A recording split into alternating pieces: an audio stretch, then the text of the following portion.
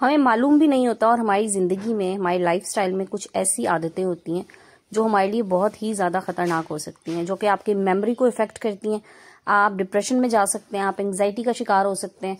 इसके साथ साथ आप उसकी वजह से बहुत सी ऐसे जहनी मसाइल का शिकार हो सकते हैं जो आपको बिल्कुल अंदाज़ा भी नहीं होता कि हमारी ये छोटी छोटी सी आदतें, या जिनको आप गलतियां कह लें, ये हमारी ज़िंदगी में होती हैं।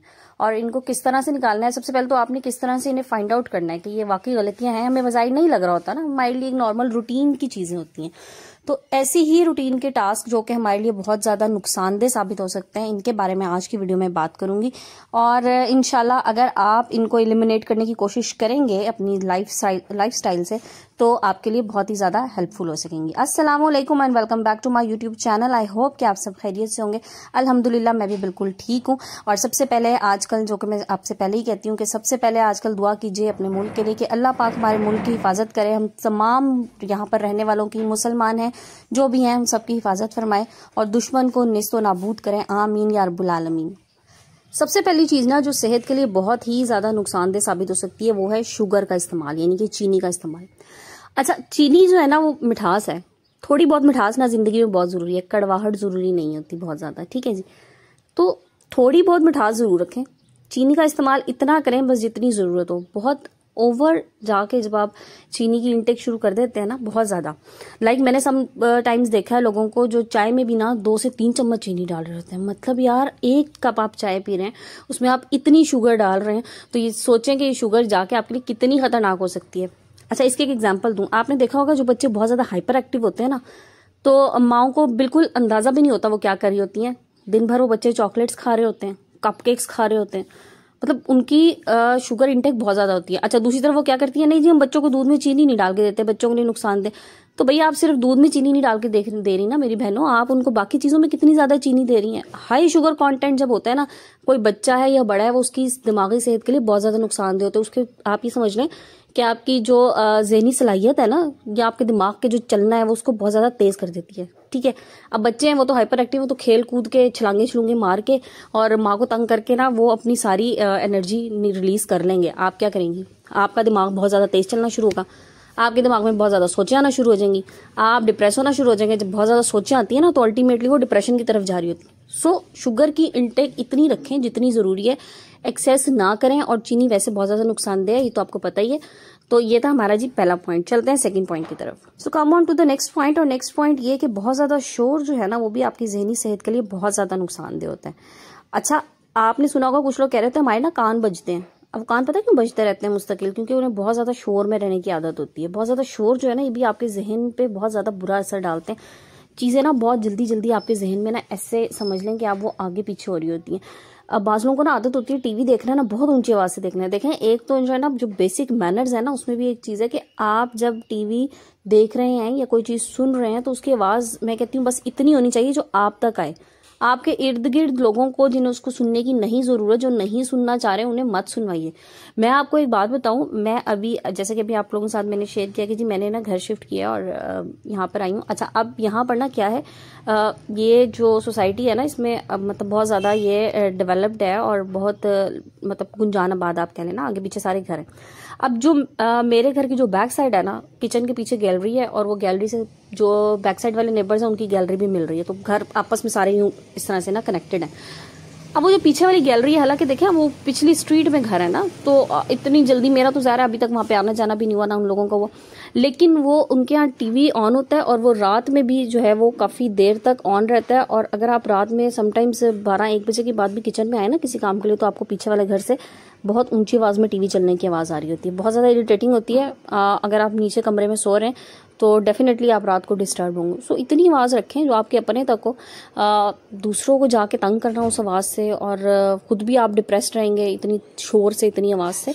तो आवाज़ें हमेशा कम रखें। जितना आप पुरसकून रह सकते हैं ना ज़हनी तौर पे, आप इसको इम्प्लीमेंट करके देखिएगा। हल्की आवाज़ में कोई चीज़ आप सुनेंगे, शोर से जितना आप दूर रहेंगे, उतना ही ज़्यादा आप ज़हनी तौर पे पुरसकून रहेंगे।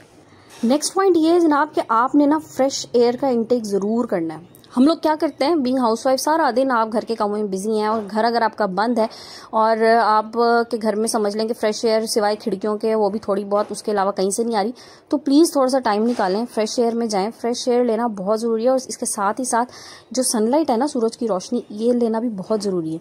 अच्छा, इसमें ये नहीं है कि दिन में 12-1 बजे आप सूरज के नीचे जाके बैठ जाएँ, गर्मी हो या सर्दी हो, ऐसा नहीं। आप जो सुबह सुबह की किरणें होती हैं ना, बड़ी ठंडी होती हैं, उसमें थोड़ी सी आप सनलाइट ले सकते हैं। ये आपकी हड्डियों के लिए भी बहुत ज़रूरी है और ये आपकी मेंटल हेल्थ को भी बहुत ज़्यादा इफेक्ट करती हैं। आपने देखा होगा, मैंने सुना था कि जब किसी कैदी को बहुत ज़्यादा आप समझ लें कि उसको प्रेशर में रखना होता है ना, उसे अंधेरे में रख लें। और ये जो है ना, अब मुझे एग्जैक्टली नहीं याद कि ये किस कंट्री में इस तरह का है कि मतलब वो सज़ा के तौर पे इस तरह रखते हैं। जब आप बहुत देर अंधेरे में रहते हैं ना, तो बहुत ज़्यादा मेंटल प्रेशर आता है। तो इसलिए सनलाइट, फ्रेश एयर, ये चीज़ें बहुत ज़रूरी हैं। और एक और चीज़ बताऊं, आजकल के मौसम भी चल रहा है, उसके हिसाब से भी अपने आप को बहुत ज़्यादा, अगर आपके घर में एसी है ना, तो एसी का एडिक्ट मत बनाएं प्लीज़। जिन लोगों के यहाँ सोलर लगे होते हैं ना, शायद उन्हें लगता है कि हम 24 घंटे एसी चला के और एसी में बैठे रहेंगे या बच्चों को एसी के अंदर रखेंगे। नहीं, ये बहुत ख़तरनाक है, बहुत ख़तरनाक है।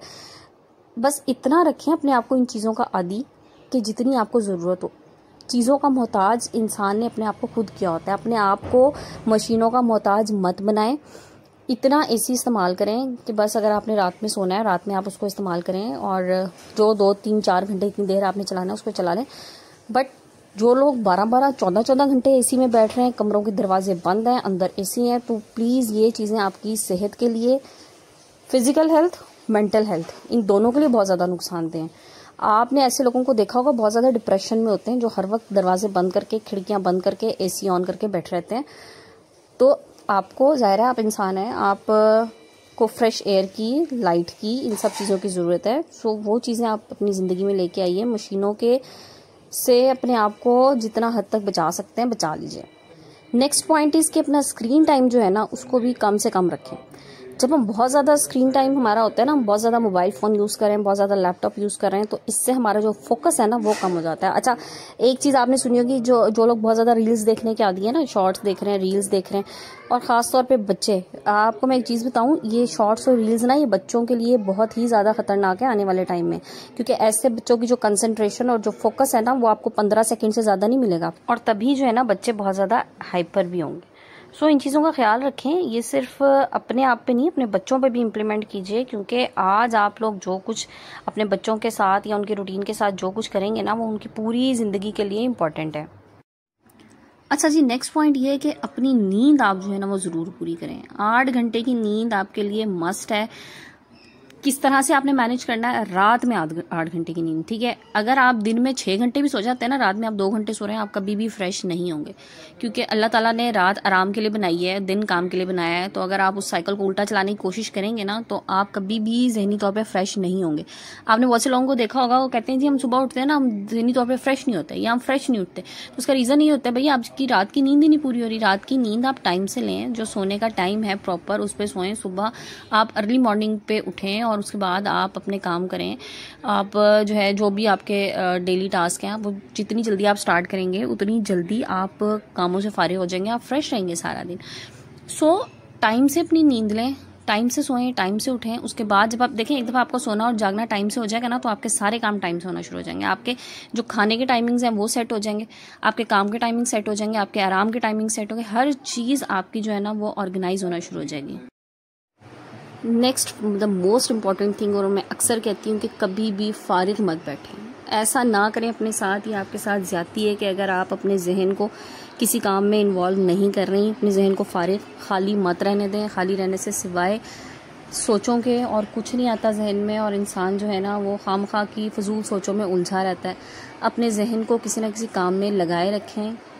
कोई भी काम है, आप घर में कोई काम निकाल लें, अगर आप अपना समझ लें एक टू डू लिस्ट बना लें ना रोज़ की, तो रोज़ आपको ना घर में ही ना सिर्फ कोई ना कोई एक ऐसा एक्स्ट्रा काम ज़रूर मिल जाएगा जो कि आप डेली बेसिस पे नहीं कर रहे होते, और आप उसके लिए हफ्ते में 1 दिन निकाल लें। इससे क्या होगा, एक तो आपका घर ऑर्गेनाइज रहेगा, आपके काम टाइम पे होते रहेंगे, सेकेंडली आपके पास कोई ना कोई एक्टिविटी होगी करने के लिए। जितना ज़्यादा फारिग रहेंगी, उतना ज़्यादा परेशान रहेंगी। ओबेसिटी है, मोटापा है, बीमारियां हैं, ये सब चीज़ें जो है ना, फारिग रहने से भी होती हैं। बैठे बैठे सारा दिन सिर्फ खाना पीना सोना, उससे क्या होता है, कोई फिजिकल एक्टिविटी नहीं है, परेशान रहेंगे। एक्सरसाइज ज़रूर कीजिए अपनी ज़िंदगी में लाजमी, चाहे वो वॉक ही क्यों ना हो, दिन में आपने वॉक ज़रूर करनी है, एक टाइम वॉक कीजिए, 10 मिनट 15 मिनट, कोई जगह नहीं है, अपने घर में ही वॉक करना है, चलें अपने घर की छत पे, टेरेस पे, जो भी आपको अवेलेबल रिसोर्सेज हैं उनमें रहते हुए वॉक ज़रूर कीजिए। तो जनाब ये थी मेरी आज की वीडियो, और आई होप ये भी आपके लिए हेल्पफुल होगी, और मुझे अपना फीडबैक इस वीडियो के हवाले से भी ज़रूर दीजिएगा। जो कुछ आपको इस मेरी वीडियो से भी आपने सीखा मुझे ज़रूर बताइएगा, जैसे आप मेरी हर वीडियो के साथ मुझे बताते हैं। तो आज की वीडियो को हम यहाँ पे क्लोज करते हैं। इंशाल्लाह कल एक नए टॉपिक के साथ, नई वीडियो के साथ आऊँगी। जब तक के लिए टेक केयर एंड अल्लाह हाफिज़।